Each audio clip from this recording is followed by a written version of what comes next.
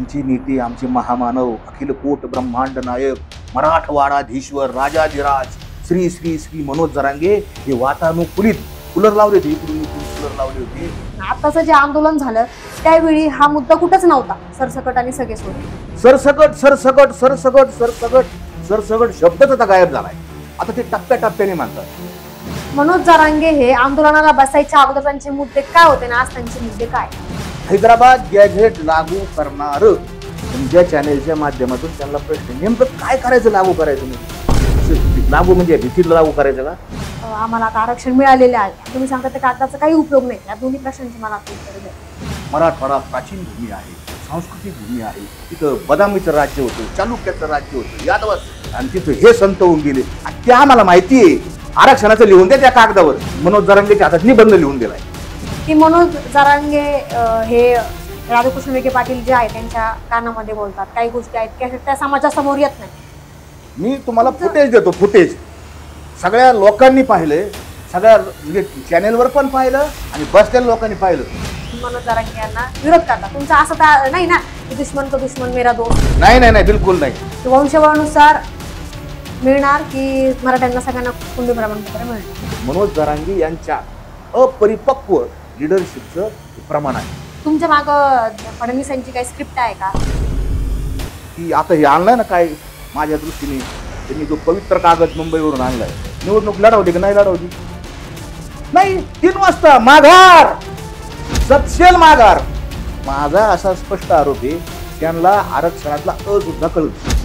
हे आंदोलनाचं अपयश आहे. आणि मनोज जरांगे असं बोलतायत, असं मंत्र्यांशी किंवा सरकारशी बोलताना काही बंद खोलीच्या आतमध्ये बोलतात किंवा त्यांच्या कानामध्ये काही बोलतात. अहो, मी तुम्हाला व्हिडिओ फुटेज देतो. बंद दारात काय चर्चा केली तुम्ही की समाजासमोर एक दाखवायचं आणि किंवा यांचे काही वेगळ्या चर्चा? मग तसंच मला तसंच वाटतंय. आमचं बोललं मग त्यांनी, आमची आयमाय काढली, आमची टोलर्स आम्हाला. ज्यांच्याकडे ना मुद्दे नसतात ना, ते गुद्द्यावर येतात. 105 वर्ष जगते आणि त्यांच्या 105 वर्षाच्या आयुष्यात ते 105 वेळा म्हणजे दरवर्षी 4-5 उपप्रश्न करणार आहेत. ते अहमदनगर गॅझेटमध्ये 3,53,000 कुंडी आहेत. अंतरावरील मीटिंग आहे, बीडला या मीटिंग आहे, नगरला या मीटिंग आहे, पुण्याला या मीटिंग आहे. मनोज जरांगे हे आहेत दिशाभूल का? बिलकुल. जरांगे कशातच नव्हते तेव्हापासून आम्ही आरक्षणाच्या कामात येतो. सदावरती आमचा काही संबंध नाही. तुम्हाला असं कुठे वाटत नाही का की तुम्ही मनोज जरांगे यांना साथ दिली पाहिजे? सगळ्या समाजाला तो ओबीसी प्रमाणपत्र मिळणार का? तर सगळं मुख्यमंत्री स्टेटमेंट होणार नाही. सामान्य लोकांना फक्त लागून टाका होता आणि आम्हाला फक्त टाटाच मिळालेला आहे. जर फोनवर बोलत होते तुमची भूमिका प्रामाणिक आहे, मराठा समाजासाठी यांची भूमिका प्रामाणिक आहे, फक्त फोनवर समाजासमोर दाखवा. माग हा, आता तुम्ही फोनवर बोलले, आता तुम्ही बनफुरीत बोलले, याचा अर्थ तुमच्यामध्ये काल में कुछ काला आहे. खरंच झालंय का ओबीसी समाजाला? माझंही असंच म्हणणं आहे की मनोज जरांगे मुंबईवरून चुन्याची पुढीच घेऊन आले. नमस्कार, मी वैष्णवी कदम. आज आपण ज्यांच्या समोर बसलेलो आहोत ते म्हणजे अजय महाराज बारसकर. त्यांनी प्रहार जनशक्तीचं सुद्धा काम केलेलं आहे आणि जरांगे सोबत त्यांनी मराठा समाजाचं देखील सुद्धा काम केलेलं आहे. जेव्हा ते जरांगेंच्या विरोधात बोलले त्यावेळेस बच्चू कडूंनी त्यांना प्रहार जनशक्तीपासून बाजूला केला. आता पूर्ण महाराष्ट्रभर मुद्दा गाजतोय तो म्हणजे आरक्षण. मराठा समाजाला कुणबी प्रमाणपत्र मिळणार का? आरक्षण नेमकं कोणाचं, एकनाथ शिंदेचं की देवेंद्र फडणवीस यांचं? या अशा अनेक प्रश्नांची उत्तर आज आपण त्यांच्याकडनं घेणार आहोत. सर्वास्तव खबर मध्ये तुमचं स्वागत आहे. नमस्कार. तुम्ही प्रहार जनशक्ती सोबत सुद्धा काम केलेलं आहे. नेमकं असं काय घडलं की तुम्हाला तिथून बाजूला जावं लागलं? मी 2006 पासून सामाजिक आणि धार्मिक क्षेत्रात काम करतोय आणि मग पहिल्यांदा 2006 ला मराठा समाजाला आरक्षण मिळावं त्यावेळेस काँग्रेसचं सरकार होतं आणि आम्ही नागपूरच्या हिवाळी अधिवेशनामध्ये आम्ही पहिलं आंदोलन केलं होतं. आधी आंदोलन झाली पण आम्ही पहिलं आंदोलन केलं.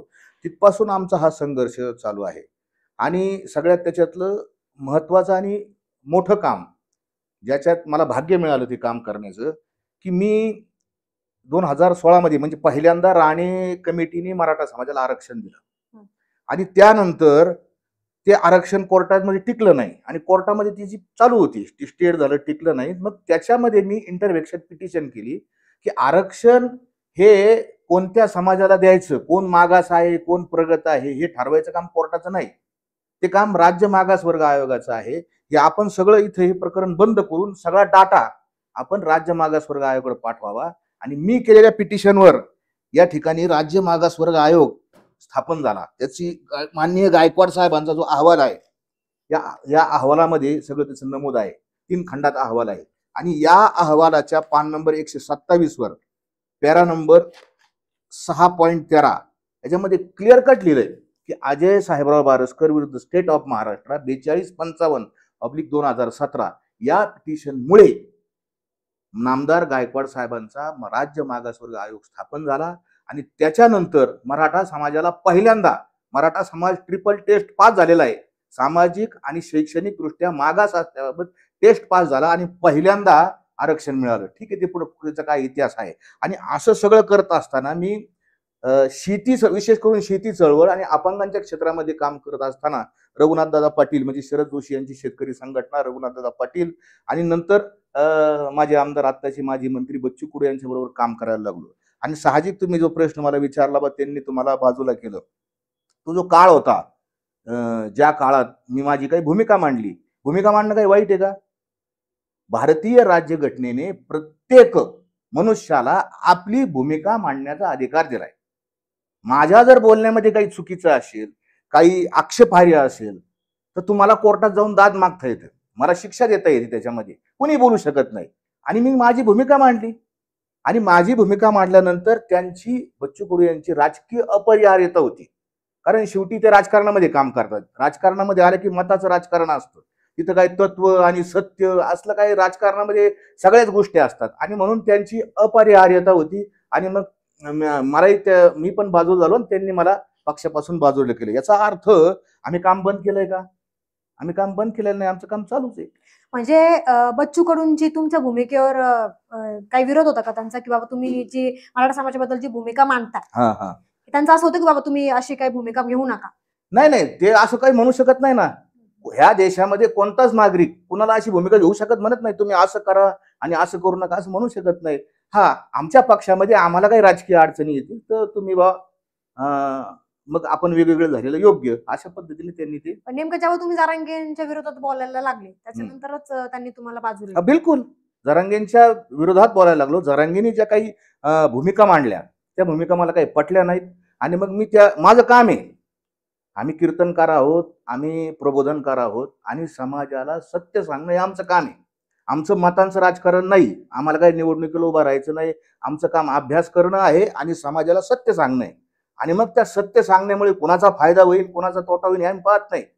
पाखंड खंडन करणं, जगद्गुरू तुकोबारायांनी आम्हाला आदेशच दिलाय, धर्माचे पालन करणे पाखंड खंडन हेची आम्हा करणे काम, हेच काम आम्हाला करायचं आणि ते काम आम्ही केलं. मनोज जरांगे हे आंतरवाली सराटी येथे उपोषणाला बसले होते. त्याच्यानंतर निजामशाही गॅझेटचा विषय, नंतर लाठीचार्ज झाला. त्यांनी सांगितलं की सरसकट आणि सगळे सोयरे हा प्रश्न उपस्थित झाला. त्यांनी त्यांचे जे मुद्दे होते आणि गेले की आंदोलन झालं त्याच्यामध्ये त्यांनी सांगितलं की आम्हाला सरसकट आणि सगळे सोयरे आरक्षण पाहिजे. पण आताचं जे आंदोलन झालं त्यावेळी हा मुद्दा कुठंच नव्हता, सरसकट आणि सगळे सोयरे. मनोज जरांगे यांचं वैशिष्ट्य जे ते इतक्या वेळा मागणी बदलतात, काल काय बोलले ते त्यांना आज लक्षात राहत नाही. म्हणजे त्यांच्या जर मागण्यांचा इतिहास पाहिला आपण, सगळ्यात पहिली मागणी काय त्यांची, आम्ही जे गायकवाड साहेबांचा जो पिटिशन आयोग आला, गायकवाड साहेबांनी जे एसीबीसीचं आरक्षण दिलं ते आरक्षण कोर्टात स्टेट झालं, ते आरक्षण कायम करा ही त्यांची पहिली मागणी मनोज जरांगेंची. आणि तिथपासून त्यांच्या मागण्या तुम्हाला सांगतो किती मागण्या आता.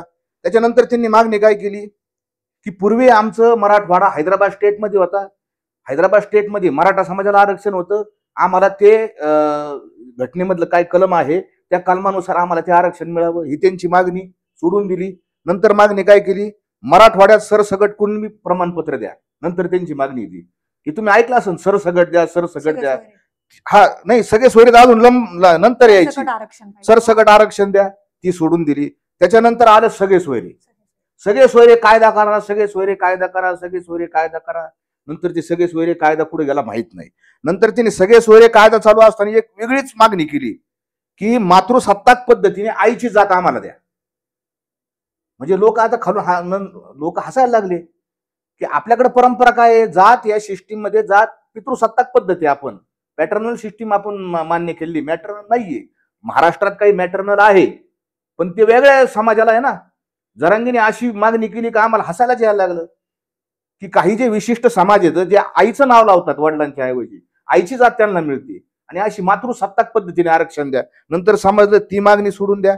नंतर मग मराठवाड्यासाठी आंदोलन होतं. आधी गोदापट्ट्यात 123 गावात आंदोलन सुरू झालं, मराठवाड्याचं लाठीचार्ज झाला, ते मराठवाड्याला द्या, मराठवाड्याला द्या.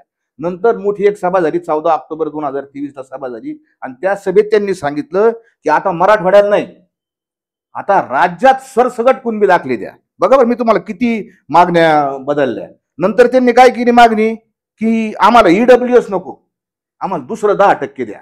ईडब्ल्यूएस म्हणजे याचं राणी, कशाचं, डोंगराचं राणी, आणि 10% म्हणजे काळीचं राणी, वाटण्या करा म्हणली. ईडब्ल्यूएस तुम्हाला घ्या आणि आम्हाला द्या. आता मागण्या बघा बरं किती. नंतर त्यांनी काय मागणी केली, आम्हाला ईडब्ल्यूएस द्या, आम्हाला एसीबीसी द्या, आम्हाला कुणबीचं आरक्षण द्या, ओबीसी द्या. ही एक मागणी त्यांची.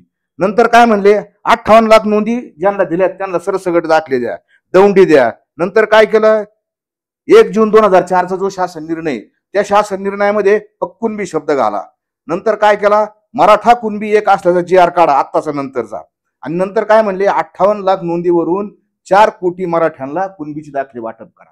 आणि आता काय म्हणले, आता शेवटचं काय आहे, की आता हे आणलंय ना, काय माझ्या दृष्टीने त्यांनी जो पवित्र कागद मुंबईवरून आणलाय, आणि असा समाजाला भास आणि भ्रम तयार केलाय की हा जो पवित्र कागद आहे, त्यांच्या भाषेत GR, गव्हर्नमेंट रिझोल्युशन, हा पवित्र कागद आणला का तुम्ही सगळे मराठा होणार आहे, असा इतक्यापासून इतका त्यांचा प्रवास आहे.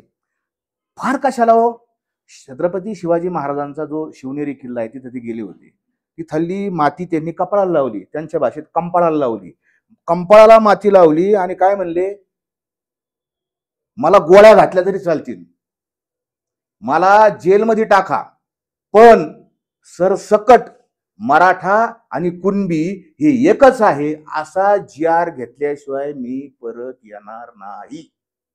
म्हटले तुम्ही सांगा. म्हटलं ते सगळ्या चॅनेलवर उपलब्ध आहे, सगळीकडे उपलब्ध आहे. नवी मुंबईमध्ये जे आंदोलन सोडायला एकनाथ शिंदे गेले होते, नेमकं ते तेव्हा जो कागद घेऊन आले होते तेव्हा सुद्धा ते गुलाल खेळले होते. ते बोलू आपण त्याच्यावर. मला फक्त एका प्रश्नाचं उत्तर द्या. आता ते काय म्हणले, मला गोळ्या घातल्या तरी मी, हा मराठा आणि कुणबी एक आहे, हा GR घेतल्याशिवाय परत येणार नाही, जेलमध्ये टाका. आणला का त्यांनी तो कागद, दुसराच कागद घेऊन आले, त्याच्यात मराठा आणि कुणबी एक याचा उल्लेखच नाही. सरसकट सरसकट सरसकट सरसकट सरसकट शब्दच आता गायब झालाय. आता ते टप्प्याटप्प्याने म्हणतात. माझा तुमच्या माध्यमातून, चॅनेलच्या माध्यमातून प्रश्न आहे, तुम्ही असे का बदलता? एक भूमिका घेतली ती भूमिका ठाम ठेवायची. एक तर माझा असा स्पष्ट आरोप आहे, त्यांना आरक्षणातला सुद्धा कळत नाही. अरे बरं, ज्यांना कळतो ठीक आहे, तुमचा आमच्यावर राग आहे ना, आमचं तुमचं पटत नाही ना, ठीक आहे ना, तुम्ही दुसरे 4 मराठा समाजात काही दुसरे लोक असतेच ना, ज्यांना कायदा कळतो, ज्यांना संविधान कळतं, ज्यांना घटना कळती, ज्यांना केस लॉ कळतात, ज्यांना सायटेशन कळतात, विविध न्यायालयाचा अभ्यास कळतो, ज्यांनी आरक्षणाच्या याच्यात आपले 20-20, 30-30 वर्ष आयुष्य काम केलंय, तर अशा लोकांना जवळ घ्या, त्यांचा सल्ला घ्या. तुम्ही कधी पाहिलं का हो मला? त्यांनी सांगितलं या अंतरावली सराटीला, आज आपली मिटिंग आहे, असं कधी म्हणले का ते? महाराष्ट्रातल्या सगळ्या नामवंत वकिलांनी अंतरावली सराटीला या, नाही तर आम्ही मुंबईला येतो हायकोर्टामध्ये, आपण तिथे एक सेमिनार घेऊ, आणि मला मराठा समाजातल्या बुद्धिजीवी लोकांनी आम्हाला सांगा कोणत्या पद्धतीचं आरक्षण टिकल, कोणता GR टिकल. आता काही जरी कागद घेतला तरी तो चॅलेंज होणार का नाही? कधी घेतला मला सांगा? इन कॅमेरा कधी चर्चा केली? कधीच केली नाही. आणि म्हणून मनोज जरांगे यांचं अपयश आहे असं मी सांगेन तुम्हाला. मनोज जरांगे हे आंदोलनाला बसायच्या अगोदर त्यांचे मुद्दे काय होते ना, आज त्यांचे मुद्दे काय? हेच की मुद्दे. आंदोलनात बसायच्या आधी काय मुद्दा होता? सरसकट हैदराबाद गॅझेट लागू करणार, हैदराबाद गॅझेट लागू करणार, मराठवाड्यासाठी हैदराबाद गॅझेट. मग केलं का लागू? लागू केलं म्हणजे काय केलं? हे हैदराबाद गॅझेट हे गॅझेटियर ऑफ निजाम डोमेन्स 1884 ला हे हैदराबाद गॅझेट आहे. लागू करायचं म्हणजे काय? तुमच्या चॅनेलच्या माध्यमातून त्यांना प्रश्न आहे, नेमकं काय करायचं लागू करायचं म्हणजे? असं लागू म्हणजे भीतीला लागू करायचं का? काय करायचं या गॅजेटचं? परिपत्रक काढायचा, अध्यादेश काढायचा, की जो पहिला 2001चा ऍक्ट आहे त्याच्यात तरतूद करायची, की 2012चा नियम आहे त्याच्यात लिहायचं. नेमकं करायचं काय या गॅजेटचा? बरं, हे जे गॅजेट आहे तुमच्या समोर गॅजेट आहे, आणि हे गॅजेट संभाजीनगरच्या, पुण्याच्या, कोल्हापूरच्या, नागपूरच्या, मुंबईच्या चर्नी रोडच्या गव्हर्नमेंटच्या प्रेस आहे तिथे विकत मिळतं हे. बरं, त्याच्याही पुढे सांगतो, सगळ्या मोबाईलमध्ये तुम्ही जर सर्च केलं मग त्याची PDF वाचायला मिळते. याच्यामध्ये कुठं लिहिलंय असं की संभाजीनगर जिल्हा म्हणजे औरंगाबाद जिल्हा, वैजापूर तालुका आणि शिवूरगाव आणि तिथला अमुक अमुक नामदेव सखाराम पाटील, त्याच्या पुढे कुणबी लिहिलेलं आहे, म्हणजे माझा कोणाचा एखाद्याचा पंजा असन, आजा असन, असं आहे का याच्यात कुठं काही? पर्टिक्युलर एका माणसाला हे कसं उपयोगी पडेल?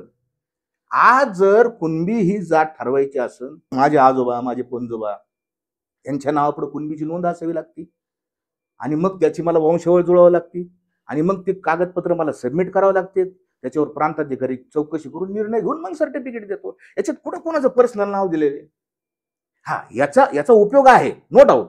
याच्यात काय म्हणलं की मराठवाड्यामध्ये 40% लोक हे कुणबी जातीचे येतात, आणि मराठा आहेत पण ते थोडे येतं, त्यांचं एक 2-3 हजार लोक असतील, पण बहुसंख्य समाज हा कुणबी असं लिहिलंय त्याच्यामध्ये. मग लागू करायचं असं मनोज जरांगेंनी समाजातील वकिलांना, बुद्धिजीवींना विचारायला पाहिजे होतं, ज्यांचं आयुष्य गेलं याच्यामध्ये, जे कायद्याचे तज्ज्ञ येतं.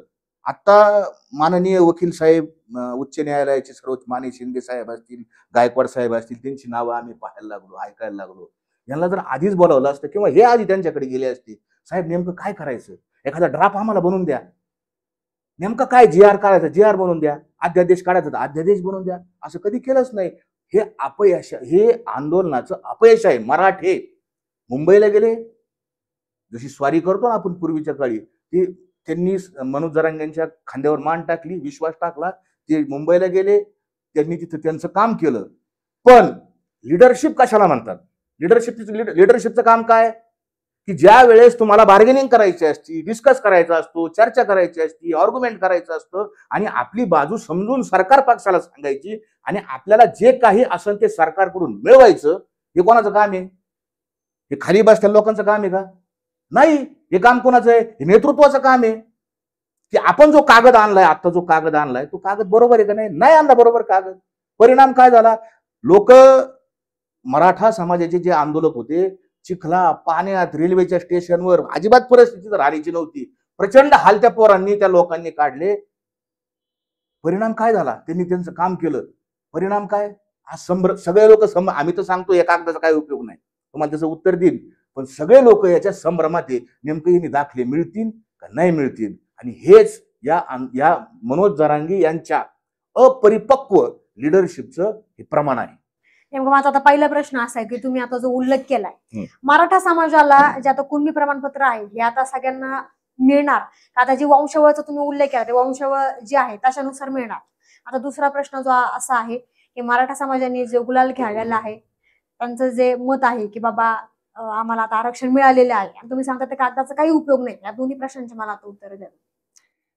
आम्ही काय सांगतो कागदाचं? ते जे आता कागद त्यांनी आणलाय त्या कागदामध्ये असं लिहिलंय की एक प्रतिज्ञापत्र घ्या, तुमच्या भावकीमध्ये एखादा कोणी असेल त्याचं प्रतिज्ञापत्र घ्या, आणि त्या प्रतिज्ञापत्राच्या आधारे तलाठी, ग्रामसेवक आणि कृषी सहाय्यक हे 3 जण चौकशी करतील, एक रिपोर्ट प्रांताला देतील, आणि त्याच्यानुसार प्रांत 90 दिवसात निर्णय घेईल. अशा प्रकारचं ते एक GR घेऊन आलेले आहेत.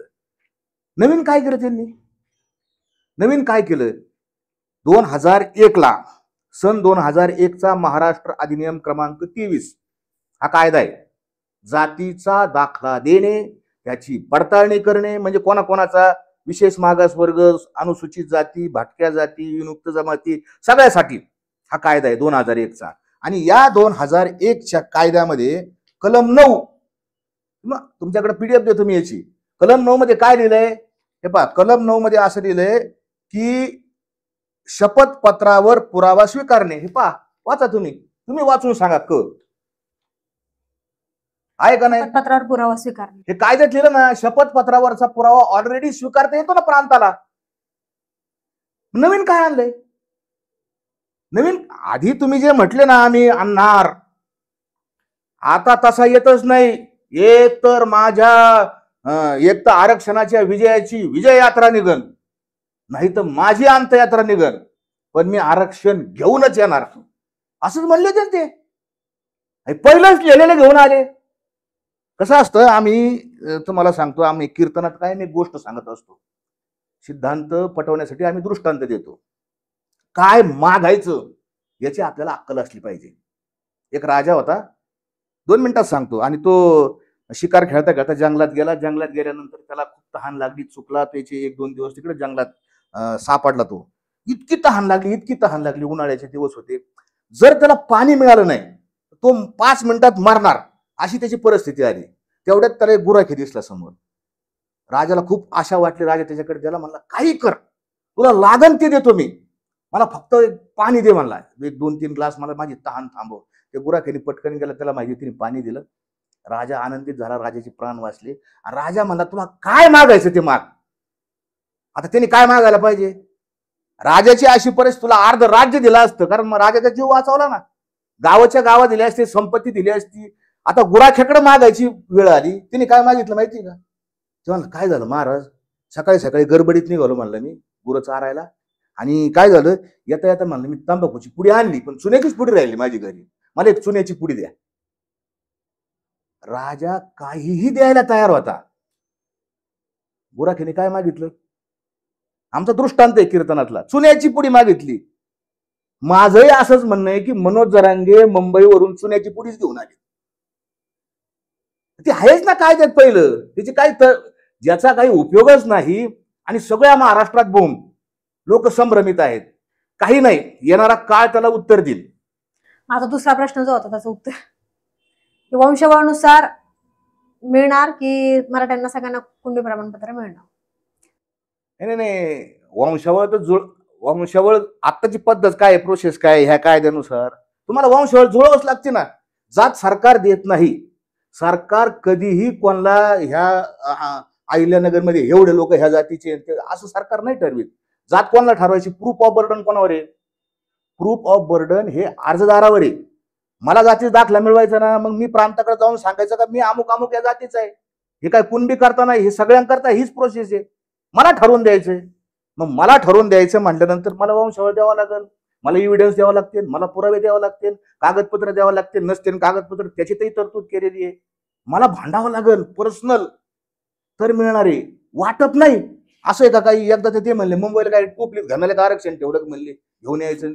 ती त्यांची भाषा आहे बरं, काय बोलते काय ते म्हणजे मी माझी गावरान भाषा ते नंतर बोलू आपण, पण नाही ना अशी प्रोसेस. हे राज्य संविधानाचं आहे, हे राज्य कायद्याचं आहे. असं आहे का देऊन टाका ह्यांना, टाकले वाटून टाका, असं नाही चालत. कोकणातल्या मराठ्यांना कुणबीचे दाखले लागतच नाहीत, कारण त्यांनी स्पष्ट सांगितलंय आमच्याकडचे कुणबी वेगळे आहेत, आमच्याकडचे मराठा वेगळे आहेत, समाज वेगळा, क्लिअर वेगळे. आम्हाला मराठा म्हणूनच आरक्षण द्या, आम्हाला कुणबीचं आरक्षण नको, असं स्पष्ट सांगतायत. आणि सगळ्यात जास्त मराठा समाज हा कोकणामध्येच आहे. नाही असं नाही, प्रत्येक फक्त नागपूर रिजनमध्ये मराठा समाज कमी आहे, कुणबी समाज सगळीकडे मराठा समाज आहे. कोकणामध्ये आहे, पश्चिम महाराष्ट्रात आहे, नंतर मराठवाड्यात आहे, अमरावतीमध्ये आहे, नागपूरमध्ये आहे. नागपूरमध्ये प्रमाण कमी तिकडच्या साईडला गेल्यानंतर, पण कोकणातले आणि विदर्भातले ऑलरेडी कुणबी आहेत तिथं. आणि त्या कोकणातल्या मराठ्यांना, आणि तुम्ही असं बळजबरी म्हणू शकत नाही तुम्ही जात घेऊन टाका, तुम्ही कुणबी व्हा. सरसकट कसं काय कुणबी? त्याची इच्छा पाहिजे ना, ज्याला पाहिजे त्याला. असं आहे ते. ह्या आंदोलनाच्या ज्या सगळ्या दिशा आहेत, ह्या सगळ्या दिशा चुकलेल्या आहेत. जेव्हा नव्या मुंबईमध्ये आरक्षण चुकलं, एकनाथ शिंदे यांनी आरक्षण सोडलं.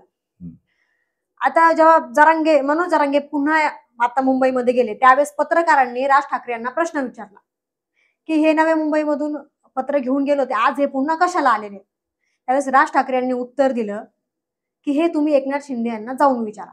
नेमकं एकनाथ शिंदे यांना काय जाऊन विचारा? आता माझं जे वाद झाला ना मनोज जरांगे यांच्या बरोबर, तो वाद खरा तिथंच झालेला आहे. मनोज जरांगे यांचं नेतृत्व मराठा समाजाने का मान्य केलं, त्याची कारण आहेत.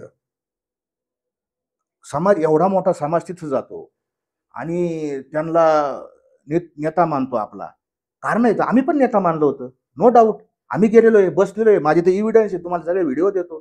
बरं, माझ्याबद्दल त्यांची चांगले वाक्य येतं, महाराज इथं बसलेले येतं, महाराज करू लागायला येतं, महाराज करता येते, स्टेजवर बसून माझी तुम्हाला व्हिडिओ फुटेज देतो मी. तो नाही, त्यांचं नेतृत्व हे प्रामाणिक होतं बरं का, त्यावेळेस सांगतोय मी. दुसरं, त्यांच्याकडे ट्रान्सपरन्सी होती, म्हणजे पारदर्शकपणा होती. गिरीश महाजन आले आणि सगळे मंत्री असे बसले, गिरीश महाजन हळूच त्यांच्या कानात बोलायला लागले. ए, कानात नाही बोलायचं, अजिबात काही कुजबुज करायची नाही, काय असेल ते मीडिया समोर. पाहिलं ना तुम्ही, सगळ्या मुलाखती मीडिया समोर, सगळ्या बैठकी लोक म्हणले आहे. हा खरा नेता, अप्रिशिएट केलं, लोकांच्या हृदयात घुसला मनोज जरांगे. आमच्या हृदयात घुसला, आम्ही गेलो त्यांच्या बरोबर तिथं. पण ज्या वेळेस आम्ही सगळे मुंबईला गेलो मराठा समाज आणि लोणावळ्यात, मनोज जरांगे यांनी तिथले जे पोलीस पाटील येतं त्यांच्या बंगल्यात सरकारच्या लोकांबरोबर बंद दाराच्या आड चर्चा केली. मला ते खटकलं. म्हणलं आजपर्यंत मनोज जरांगे पाटलांनी ओपन चर्चा केलेल्या आहेत आणि आज ते बंद दाराच्या आड, कळलं पाहिजे ना समाज तुम्ही काय बोलताय. आणि हे सगळं तिथं चाललं होतं, त्यांचं आतमध्ये काय झालं त्यांचं त्यांना माहिती. खटकलं आम्हाला ते. नंतर त्यावेळेस काय म्हटले, दीपक केसरकर बसलेले तिथं, माग त्यांचे सरकारी अधिकारी बसले, तर अजून एक मंत्री बसलेले, तर पहाटे 3 वाजता, आणि 3 वाजता सांगितलं, घेतला का नाही आरक्षण, त्या छगन भुजबळचा खोटा उपाटला का नाही, चाललो हे आरक्षण आलंय, उद्या सकाळी फक्त आपल्याला GR मिळायचा. 26 जानेवारी होती, मला वाटतं 25 का 26 जानेवारी. हे म्हणले आता हे गुलालच घेऊन जायचा. आणि त्यांचं एक शब्द आहे तिथं, मी शब्द ना शब्द, काना, मात्रा, वेलांटी, उकार वाचून पाहिलेत मी, एकदम पक्का आरक्षण घेतलेले. तुम्हाला मी फुटेज देतो मी त्याची, तुम्ही दाखवा ते समाजाला, कारण public memory is very short, लवकर विसरून जातात लोक. आनंद केला, उत्सव, गुलाल, हे ते अमक धमक आलो. तो जो सगळे सोयरेचा ड्राफ्ट होता त्याच्याबद्दल आम्ही शशांक होतो. बरं, त्या सगळे सोयरेच्या ड्राफ्ट मध्ये असं होतं की 15 दिवस याच्यावर जनतेला हरकती देता येतील. तो प्रोसिजरचा भाग आहे, कारण ते अधिनियमामध्ये त्याची दुरुस्ती करायची, त्याचं राजपत्र काढलं होतं ते. आता मग 15 दिवस थांबायला पाहिजे का नाही. ते 10 तारखेलाच उपोषणाला बसले. मुंबईहून आले 27 तारखेला, विजय यात्रा केली, गाव फटाकडे, डीजे लावले, गुलाल लावला, नाचले, छत्रपती शिवाजी महाराजांच्या रायगड किल्ल्यावर गेले, जिंकलो जिंकलो जिंकलो, आणि मग परत उपोषणाला बसले. अहो म्हणले असं कुठं असतं का. नाही नाही म्हणले, ते असं त्यांनी लगेच लागू करा. अहो त्याच्यात मुदत आहे, त्याला वेळ आहे. आणि मग मी तुम्हाला सांगतो कसं असतं, सरकारकडून आपल्याला काही घ्यायचं असेल, एखाद्या कोणाकडून 10-5 हजार रुपये उसने घ्यायचे असतील, तर त्याला व्यवस्थित तर बोलावं लागेल ना. नका तुम्ही त्याला चहा पाणी पाजू, काय पण तर व्यवस्थित चांगलं, त्याला शिव्या देता तुम्ही. सरकार देणार आहे आपल्याला, मग सरकार संघ बियावर वर्तणूक कशी पाहिजे, वागणूक कशी पाहिजे, सौजन्याची पाहिजे, प्रेमाची पाहिजे.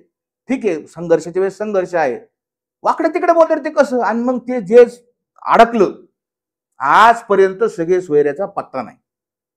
आणि मग सगळे सोयरे कोणामुळे गेलं, सरकारने फसवलं, सरकारने अपमान केला, सरकारने दिलं असतं, पण तुम्ही थांबले नाही काही दिवस. एकनाथ शिंदे, मी काय कोणत्या पक्षाचं नाही, पण त्यांची प्रामाणिक भूमिका होती.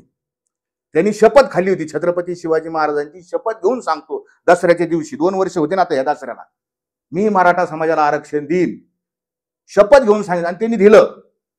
SCBCचं जे आरक्षण आहे 5 मे 2021ला सुप्रीम कोर्टाच्या 5 जजेसनी जे रद्द केलं होतं, ते आरक्षण पुन्हा SCBCचं आरक्षण 10% आरक्षण, माननीय एकनाथराव शिंदे साहेब त्यावेळेस मुख्यमंत्री होते आणि हे सगळे होते, आणि सगळ्या पक्षाच्या संमतीने ते आरक्षण दिलं. त्यांनी दिलं ते आरक्षण, त्यांच्याबद्दल काय दुमत नाही. माझं काय म्हणणं आहे की यांची चूक आहे, तुमची चूक आहे ना. आज सगळे सोयऱ्याचा शब्द काढला जात नाही. आता हे दुसरंच आलंय काहीतरी हा कागद. राज ठाकरे जे बोलले होते की एकनाथ शिंदे यांना जाऊन विचारा, हे परत मुंबईमध्ये का आलेले. हा ना, मग एकनाथ शिंदेना जाऊन विचारा. आता राज ठाकरे हे मागच्या वेळेस पण बोलले होते, कशाचे फटाकडे वाजवले, काय आनंद मिळाला, काय मागच्या वेळेस पण त्यांनी मुलाखत दिली होती. अरे मिळालं काय तुम्हाला, मिळालं काय तुम्हाला. आणि मग एकनाथ शिंदेना जाऊन विचारा, बरोबर आहे त्यांचं, एकनाथ शिंदेना जाऊन विचारा. ह्या दोघांची लाईव्ह बैठक घ्यायला पाहिजे, कोणाचं चुकलं कोणाचं बरोबर आहे. बरोबर बोलले ते. तुम्ही आता जो उल्लेख केला की हे बंद खोलीच्या आतमध्ये यांची काही मीटिंग झाली, असा उल्लेख तुम्ही केला, असं तुम्ही एका वृत्तवाहिनीला मुलाखत देताना पण तुम्ही सांगितलंय की मनोज जरांगे हे राधाकृष्ण विखे पाटील जे आहे त्यांच्या कानामध्ये बोलतात, काही गोष्टी आहेत त्या समाजासमोर येत नाही. मी तुम्हाला तुमचं- फुटेज देतो, फुटेज सगळ्या लोकांनी पाहिलंय, सगळ्या म्हणजे चॅनेलवर पण पाहिलं आणि बसलेल्या लोकांनी पाहिलं. मनोज जरांगे काय म्हणतात, मी माईकवर बोलणार. त्यांच्या हातात एक माईक होता, मग बोलायला कशावर पाहिजे, माईक खाली ठेवून दिला आणि मनोज जरांगे असं बोलतायत, असं. उदय सामंत तिकडे कोपऱ्यात आहे, त्यांच्या संग असं बोलतायत, राधाकृष्ण विखे संग असं बोलतायत. म्हणजे तुमचा आवाज खाली चॅनलच्या माईक मध्ये, आणि म्हणजे हे का नाही लावलं त्यांनी दोघांनी? जसं तुमचं हे कॉलर माईक आहे, मनोज जरांगेंच्या इतर प्रेसच्या वेळेस कॉलर माईक राहतात, आणि त्या दिवशी कॉलर माईक का नाही लावले? विचारा ना, पत्रकार म्हणून तुम्हालाच विनंती आहे आमची. तुमचा असा त्यांच्यावर काही आरोप आहे का की म्हणजे मनोज जरांगे जे आहेत ते मंत्र्यांशी किंवा सरकारशी बोलताना काही बंद खोलीच्या आतमध्ये बोलतात किंवा त्यांच्या कानामध्ये काही बोलतात? अहो, मी तुम्हाला व्हिडिओ फुटेज देतो, तुम्ही ते फुटेज तुमच्या कॅमेरा याच्यात लावा, त्या मुलाखतीमध्येच लावा. लोणावळ्याच्या पोलीस पाटलाच्या बंगल्यामध्ये ते आतमध्ये चर्चा केली त्यांनी. दुसरं फुटेज तुम्हाला देतो मी, की ते असं बोलतायत, समोर लोक बसलेले तर असं बोलतायत. मग तुम्ही असं का बोलताय? कळू द्या लोकांना, ओपन कळू द्या काय बोलताय तुम्ही. की समाजासमोर एक दाखवायचं आणि किंवा यांचे काही वेगळ्या चर्चा. मग तसंच मला तसंच वाटतंय. काय आणलं, काय मिळवलं आम्ही, काय मिळवलं? जर परिणाम पाहिले या सगळ्या आंदोलनाचं, लोक काय म्हणतात, नाही आपला कधी नव्हतं समाज एकत्र झाला. मान्य आहे, लोकांच्या मराठा समाजाच्या भावनेशी मी सहमत आहे, बरोबर आहे. कधी एक नव्हते होत, एक झाले, आम्ही पण त्याच्यात आलो. अरे मग एक झाले याचा अर्थ मग सगळ्यांनी खड्ड्यात जायचं का? मिळालं काय एक होऊन? याच्या आधी मग 17व्या शतकामध्ये पानिपतावर पण मराठी एक झालते, पानिपतावर नव्हते मराठी एक झाले का? काय मिळालं आपल्याला? काय मिळालं? उद्ध्वस्त झाला मराठा समाज, पुढचे 100 वर्ष सुधारला नाही. पानिपताची एक लढाई जर जिंकली असती, व्यवस्थित हँडल केली असती, तर आज मराठा समाज जगावर राज्य करीत असता. पुढचे परिणाम जे कळत नाही ना, ते परिणाम भयानक असतात. आज मराठा समाज एक झाला, नो डाऊट, चांगली गोष्ट, पण मिळालं काय? द्वेष मिळालाय, लक्षात घ्या.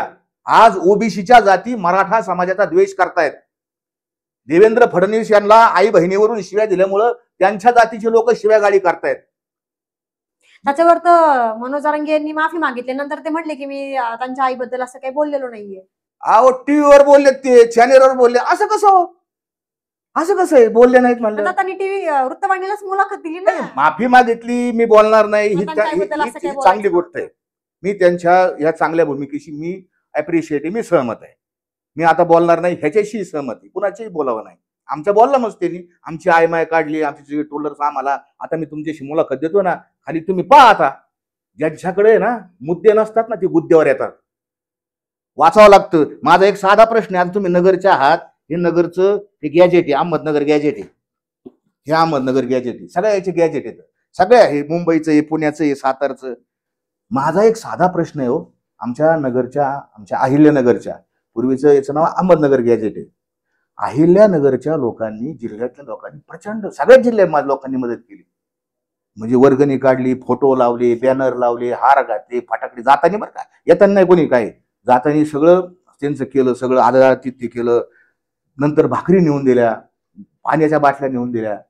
माझी साधी विनंती आहे ना, मागणी काय? हैदराबाद गॅजेट लावा. मागणी काय? सातारा गॅजेट लावा. मागणी काय? औंधचं गॅजेट लावा. औंध तर एवढं संस्थाने, येऊ शकत संस्थाने औंधचं. बॉम्बे गॅजेटला. अहमदनगर गॅजेट का लावा? अहमदनगर म्हणजे याच्यावर पूर्वीचं नाव आहे, का नाव नाही म्हणले? अहमदनगरचं का गॅजेटचं चर्चा नाही केली? आम्हाला पण गॅजेट आहे ना अहमदनगरचं. अहमदनगर गॅजेटमध्ये 3,53,000 कुणबे आहेत अशी नोंद आहे आमच्या नगर गॅजेटमध्ये. का नाही तुम्ही घेतलं ते? मागणी पण नाही. आज सातारा गॅजेट लागणार. आता शिवेंद्रराजेंनी शब्द घेतला, मंत्री आहेत ते, सातारा गॅजेट लागेल. कोणाला फायदा होईल सातारा गॅजेट लागल्यावर? कोणाला होईल? सातारच्या लोकांना फायदा होईल. नगरच्या लोकांना कसं काय फायदा होईल?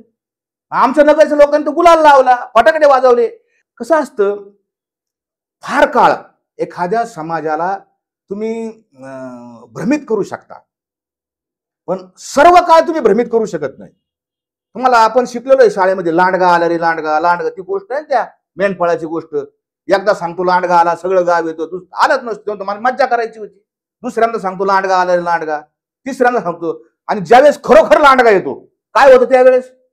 कुणी माणूस मदतीला येत नाही, अंतरावरीला मीटिंग आहे, बीडला या मीटिंग आहे, नगरला या मीटिंग आहे, पुण्याला या मीटिंग आहे, मुंबईला जायचं, दिल्लीला जायचं, लोक नुसते दमोदमच घ्यायचा कार्यक्रम नाही. म्हणजे थोडक्यात मनोज जरांगे हे आहेत हे समाजाची दिशाभूल करतात. बिलकुल दिशाभूल म्हणजे तुम्हाला विथ प्रूफ सांगतो. दिशाभूल करतात म्हणजे काय, मागचं जे इलेक्शन होतं कोणतं विधानसभा, कारण काय दिशाभूल करण्याचं कारण काय? अहो मी सांगतो ना, नेतृत्वाकडं निर्णय घेण्याची कला पाहिजे असते ना. नेतृत्वाने जर व्यवस्थित निर्णय घेतले ना, माग लोकसभेची निवडणूक लढवायची. काय म्हणजे लोकसभेची निवडणूक लढवायची, पहिल्यांदा म्हणजे हजार फॉर्म भरायचे आपण, म्हणजे ती ईव्हीएम मशीन जाईल, बॅलेटवर येईल, हे अशी डांबरीपर्यंत मतदान पत्रिका जाईल, जाम करून टाकायचं सरकार. नंतर म्हणले आता नको, म्हणले ती काय झालं कारण त्यांचं काय रात्रीत अशोक चव्हाण आले आणि बंद दाराची मीटिंग झाली. ते पण फुटेज देत तुम्हाला, सगळे पुरावे आहेत माझ्याकडे. पण काय असतं, लोक विश्वासच ठेवीत नाही ना. संतांवर किती मागचे सगळे महामानव सांगत होते, तू का म्हणे मेलो सांगता तरी लोक किती सांगू नाईक ती बटकीची, पुढे शिंदळीची रडतील. तुकोबारायांनी वारंवार त्या लोकांना सांगितलं, अरे हे खरंय. मग काय म्हणले, लोकसभेत आपलं आरक्षण नाही म्हणले, आपण विधानसभा लढू. आणि विधानसभा कशी लढू त्यांचं तुम्हाला मी ऐकून दाखवतो. आता तुम्ही नंतर तुम्हाला देतो फुटेज, हे त्यांचं काय म्हणणं आहे पहा. आता विधानसभा मराठा 100% लढवणार, तर विधानसभा मराठा 100% लढवणार. 288 पैकी तिथं निव्वळ सगळे जरी एका बाजूला गेले, नुसता मराठा जरी एक शिक्का चालला तरी 92 सीट नुसते मराठ्यांची निघू शकते. हे इंडिपेंडंट लढवण्याचा भूमिका आहे की कोणासोबत जाणार? नाही सोबत काय करायचे, त्यांचं काय मागं पडायचं. मग तर आमच्यात आणि त्यांच्यात काय बदल, आमच्याच उभं राहणार. आम्ही आमचे दगड समजतो आम्हाला स्वतःला, ते आम्हाला दगड समजते, ते आम्हाला हुशार नाही समजते, त्यालाच हुशार समजते. दगड त्यांना काय असते ते कळते. त्या बीबीसीला मुलाखत दिली, तुम्ही दाखवा तुमच्या याच्यावर. काय म्हणले मनोज जरांगे, आम्ही विधानसभा लढवणार. देणारे बना, मागणारे काय बांधतात, इथून देणारे बनायचं. मराठा हो, आता आपलं काय बनायचं, देणारे बना. 92 जागा अशा आहेत ना, तिथं फक्त मराठे निवडून येते. कोणी आम्हाला कोणाच्या मताची गरज नाही, ना मुस्लिमाच्या ना दुसऱ्या कोणत्या जातीची, फक्त मराठी. ऐकलं ना तुम्ही, तुमच्या समोर. आणि लढवली की विधानसभा. नंतर तर त्यांचं स्टेटमेंट आहे की एका जातीच्या भरोश्यावर निवडणूक लढवता येत नाही. मग या आधी कळत नव्हतं का? 92 जागा नॉट अ जोक. 92 जागा, 92 जर मराठा समाजाचे आमदार आले असते ना, काही मंजूर केलं असतं, काही दिलं असतं. अहो राज्यकर्तेच येतात, ते कायदा बनवणाऱ्या मंडळाचे सदस्य आहेत ना. केलं का? नाही केलं. आणि मग फॉर्म भरायचे या अंतरावरीला. आणि मग मुलाखत नाही, आधी म्हणले ऑडिट करायचं, गावगावच्या लोकांची रिपोर्ट मागवली. मग एक दिवस अभ्यासच करीत बसते, हे कागद आली ते कागद आली. नंतर काय केलं मग त्यांनी, मग म्हणले अंतरावरीला या. आणि मग 25 जागा नावं डिक्लेअर केली त्यांनी, मतदारसंघ. नीट आठवा तुम्ही, 25 ठिकाणी आमची हे जागा आम्ही लढवणार. पुण्यातली आम्ही याची लढवणार, हवेलीची लढवणार, ही लढवणार, तिला अशा जागा जाहीर केल्या. रात्रभर चर्चा. आणि पहाटे 3 वाजता ते कोण आले त्यांच्या बरोबर, म्हणजे मुस्लिमांना बरोबर घ्यायचं, यांना बरोबर घ्यायचं, दलित समाजाला बरोबर घ्यायचं, आणि अशी तिघांची युती करायची आणि निवडणूक लढवायची. त्यांनी त्यांचे कागद म्हणले आमच्या एवढ्या जागा, त्यांनी त्यांचे टाय दिल्या. आणि 3 वाजता काय म्हणले ते, पहाटे 3 वाजता. तुम्ही सांगा आता, निवडणूक लढवली का नाही लढवली? नाही. 3 वाजता माघार, सपशेल माघार. 6 कोटी मराठा समाज तुम्ही सांगता, 92 जागा तुमच्या आशा निवडून येतात सांगता, मग का नाही लढले? बंद दारात काय दार चर्चा केली तुम्ही? अशोक चव्हाण आज भारतीय जनता पक्षाचे मंत्री येतं, ते खासदार येतं, त्यांच्याबरोबर चर्चा केली. आणि तुम्ही सगळा, याच्यामुळं आमच्या मनामध्ये संशय आहेत, विथ प्रूफ संशय येतं. नेमकं तुम्ही मराठा समाजासाठी काम करता, मनोज जरांगे सुद्धा मराठा समाजासाठी काम करता. तुम्हाला असं वाटत नाही का तुमच्यातले वाद मिटले पाहिजेत? अरे चांगली गोष्ट आहे. वाद बघा, 2 गोष्टी असतात. वाद 2 प्रकारचे असतात. बघा, शंकराचार्य आणि मंडन मिश्राचा वाद झाला, त्यातून चांगल्या गोष्टी बाहेर आल्या, एका ग्रंथाची निर्मिती झाली. आमचं असं म्हणणं आहे, वादे जे आहे ते चांगल्या गोष्टी त्यातून बाहेर पडतील. आता त्यांनी आमचा वाद झाला, त्यांनी मला म्हणायला पाहिजे होतं, महाराजाला बोलून घ्या इथं, जाऊन ते काय नाराज झाले असन. माझं त्यांचं भांडण कशावरून झालं? मी त्यांना काय म्हणलं, पाटील तुम्ही 5-6 दिवस झाले उपोषणात, तुम्ही पाणी सोडले, तुम्ही 1 ग्लास पाणी प्या, तुम्ही काढा व्हिडिओ, सगळ्या महाराष्ट्राला माहिती आहे. मी देहूवरून आलोय, मी भंडारा डोंगरवरून आलोय, भंडारा डोंगरावर माझी संस्था आहे, तिथं मी तिथून आलोय. त्यांना सगळं माहिती. म्हणलं आता यांना आठवत नसेल, सांगितलं मी त्यांना. आणि पाणी प्या. मला म्हणले, वय नाही काय संतन फिंतन आम्हाला नको सांगून, आलाय बाबा झालाय ना आम्हाला सांगायला लागला. मला तिने 10 शिव्या दिल्या असते, मला काय नाही वाटत, आम्हाला तिचं काय नाही. पण तू जेव्हा म्हणलं ना संतन फिंतन, माझ्या तुकोबरायला बोलला ना, माफी मागितली तिने दुसऱ्या दिवशी. ही बा नंतरच्या काळात त्यांनी मला बोलून घेतलं असतं ना, जाऊ द्या होत असतं, जाऊ द्या मी माघार घेतो. काम आहे ना, त्यांनी बोलवलंच नाही. त्यांचा अहंकार अहंकार एवढा घातक आहे, एवढा. रावणाला अहंकार झाला, रावण संपला, सोन्याची लंका होती गेली. म्हणजे ते प्रत्येक वेळी आपल्या फडणवीस जे सीएम आहे त्यांच्या आईबद्दल पण ते बोलले होते. म्हणजे ते प्रत्येक वेळी असं कोणालाही बोलतात आणि त्याच्यानंतर ते माफी मागतात. सगळ्या महाराष्ट्राने पाहिलं ना, बोललं तर फरम राहायचं त्याच्यावर. शिवसेना प्रमुख बाळासाहेब ठाकरे का प्रसिद्ध होते? बोललो बोललो, मी मागे घेत नसतो शब्द. लोकांनी ऍप्रिशिएट स्वीकारलं, हृदयात ठेवलं बाळासाहेब ठाकरेंना. ठीक आहे, त्यांची विचारधारा काय असेल, योग्य अयोग्य. यांनी काय घेतलं, मी माघार घेतो. हे काँग्रेसी वृत्तीचं लक्षण आहे. आणि म्हणून जे नेतृत्व परिपक्व अजूनही त्यांनी, आमचं काय आता आता इतकं पाणी वाहून गेलंय पुला खालून. आता मागच्या वेळेस मी एकटाच बोलत होतो, आता किती लोक बोलतायत. हायकोर्टाचे माजी न्यायमूर्ती बीजी कोळसे पाटील सांगतात या कागदाचा काय अर्थ नाही.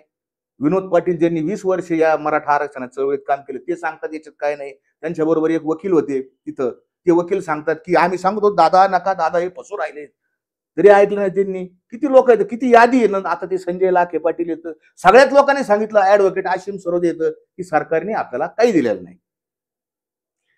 आता तुम्ही ज्या वकिलांचा उल्लेख केला, सदावर्ते जी भूमिका मांडायची की बाबा मराठ्यांना ओबीसी मधनं आरक्षण नको किंवा मिळणार नाही, त्यांच्या भूमिकेबद्दल तुमचं काय मत? नाही, मी त्यांच्या भूमिकेशी बिलकुल सहमत नाही.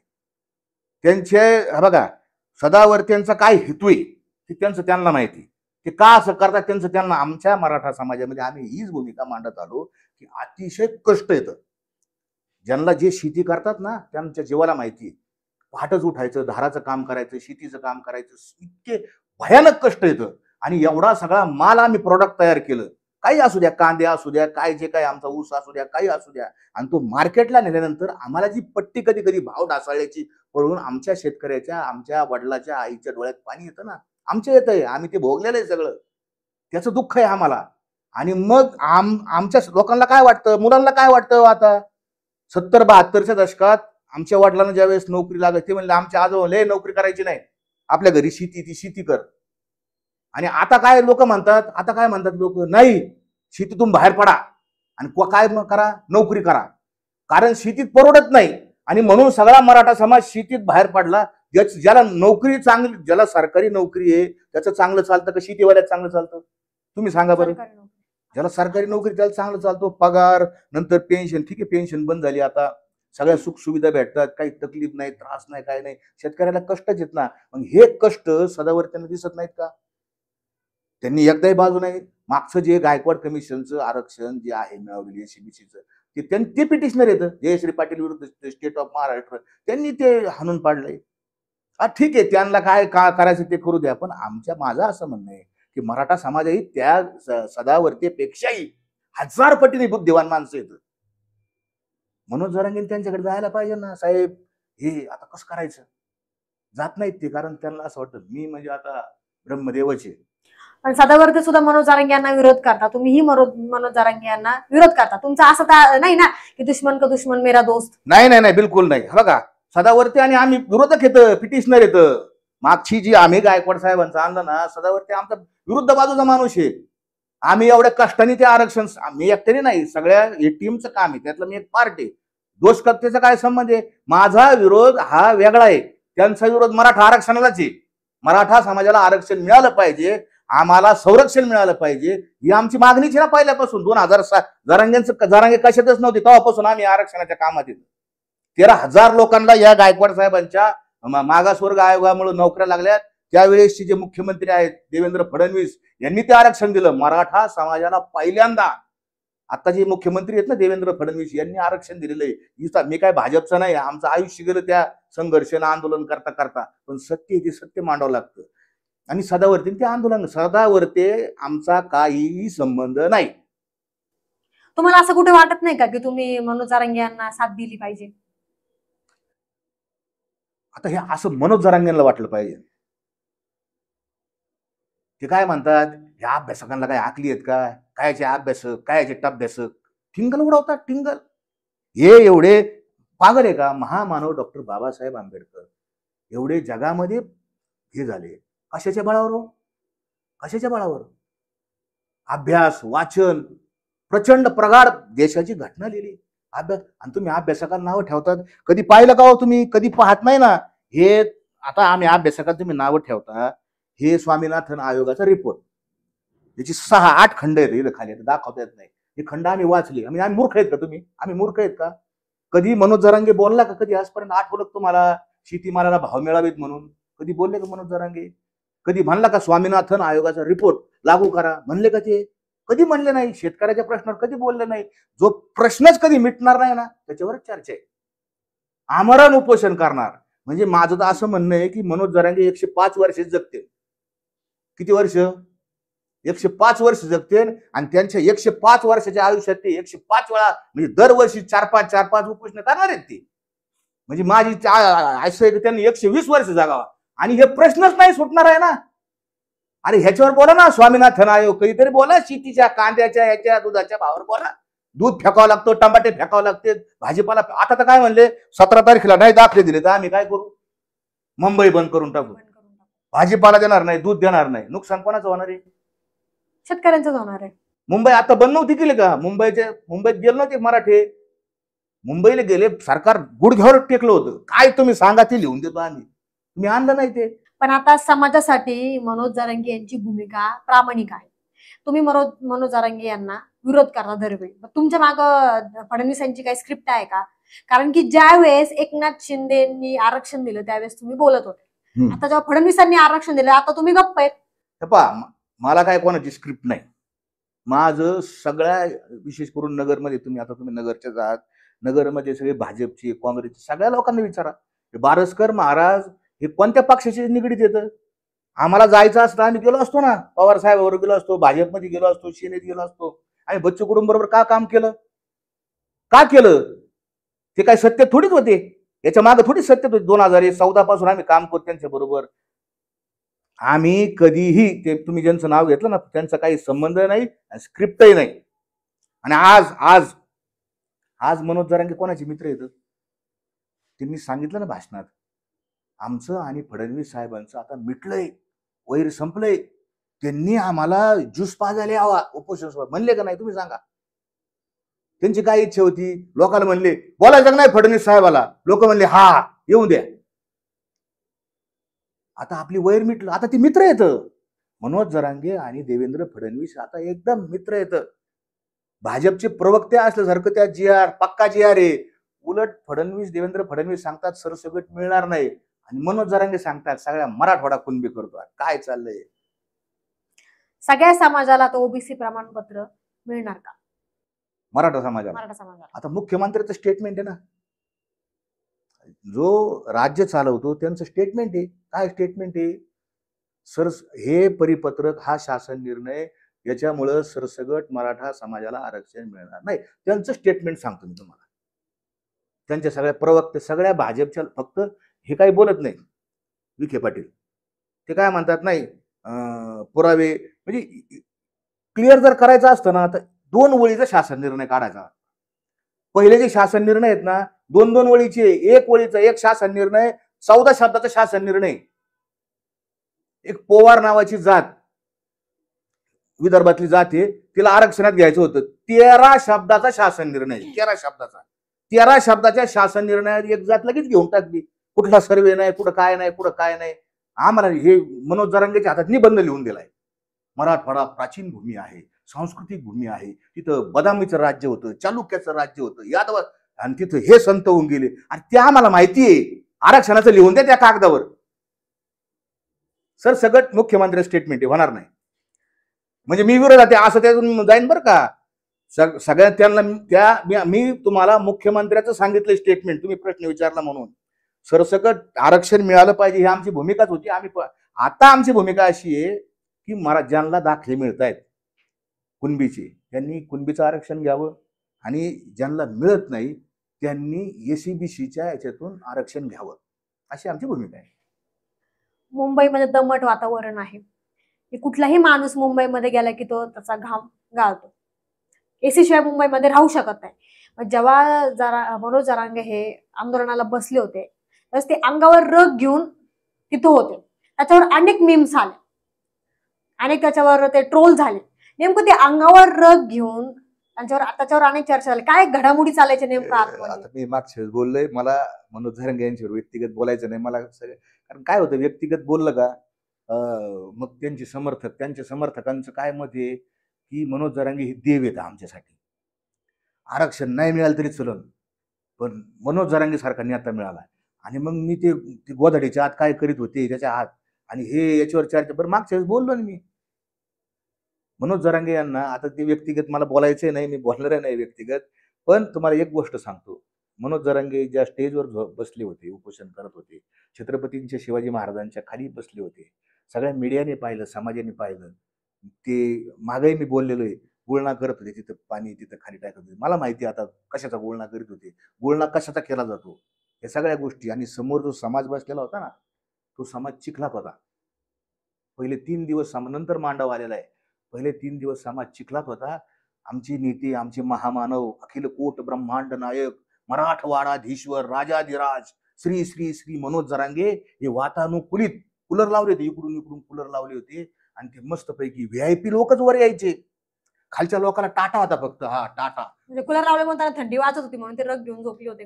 हा, कूलर लावले म्हणून त्यांना थंडी वाजत होती म्हणून ते रग. आता ते मला सगळं माहिती आहे, पण आता मला बोलायचं, मला ते काय बोलायचं नाही, कारण ती व्यक्तिगत जातं. वेळ आल्यावर मी बोलन तुमच्याशीच, तुम्हालाच सांगन ते काय करत होते.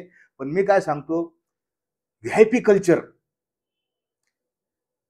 सामान्य मराठा चिखलात होता आणि आमचे महामानव एकदम शाही याच्यामध्ये बसली होती. फक्त व्हीआयपी लोक भेटत होती, आमदार, खासदार, हे मोठे मोठे लोक, पुढारी, त्यांना भेटत होते. सामान्य लोकांना फक्त लांबून टाटा होता, आणि आम्हाला फक्त टाटाच मिळालेला आहे. त्याच्यावर अनेक ते ट्रोल झाले की नेमकं कोणी म्हणत होतं की ते रगच्या आतमध्ये काजू खात होते, कोणी म्हणलं ते तंबाखू खात होते, कोणी म्हणलं ते फडणवीसांसोबत फोनवर बोलत होते. नेमकं आता काय समजायचं? नाही, फोनवर बोलत होते हे त्यातलं सत्य आहे, फोनवर. आणि त्यात काय मला काय वावगं वाटत नाही, कारण डायलॉग तर हा व्हायला पाहिजे. मग जर फोनवर बोलत होते, तुमची भूमिका प्रामाणिक आहे, मराठा समाजासाठी यांची भूमिका प्रामाणिक आहे, फक्त फोनवर समाजासमोर दाखवा ना, रगच्या आतून फोनवर माग बोलायचं काय करणार?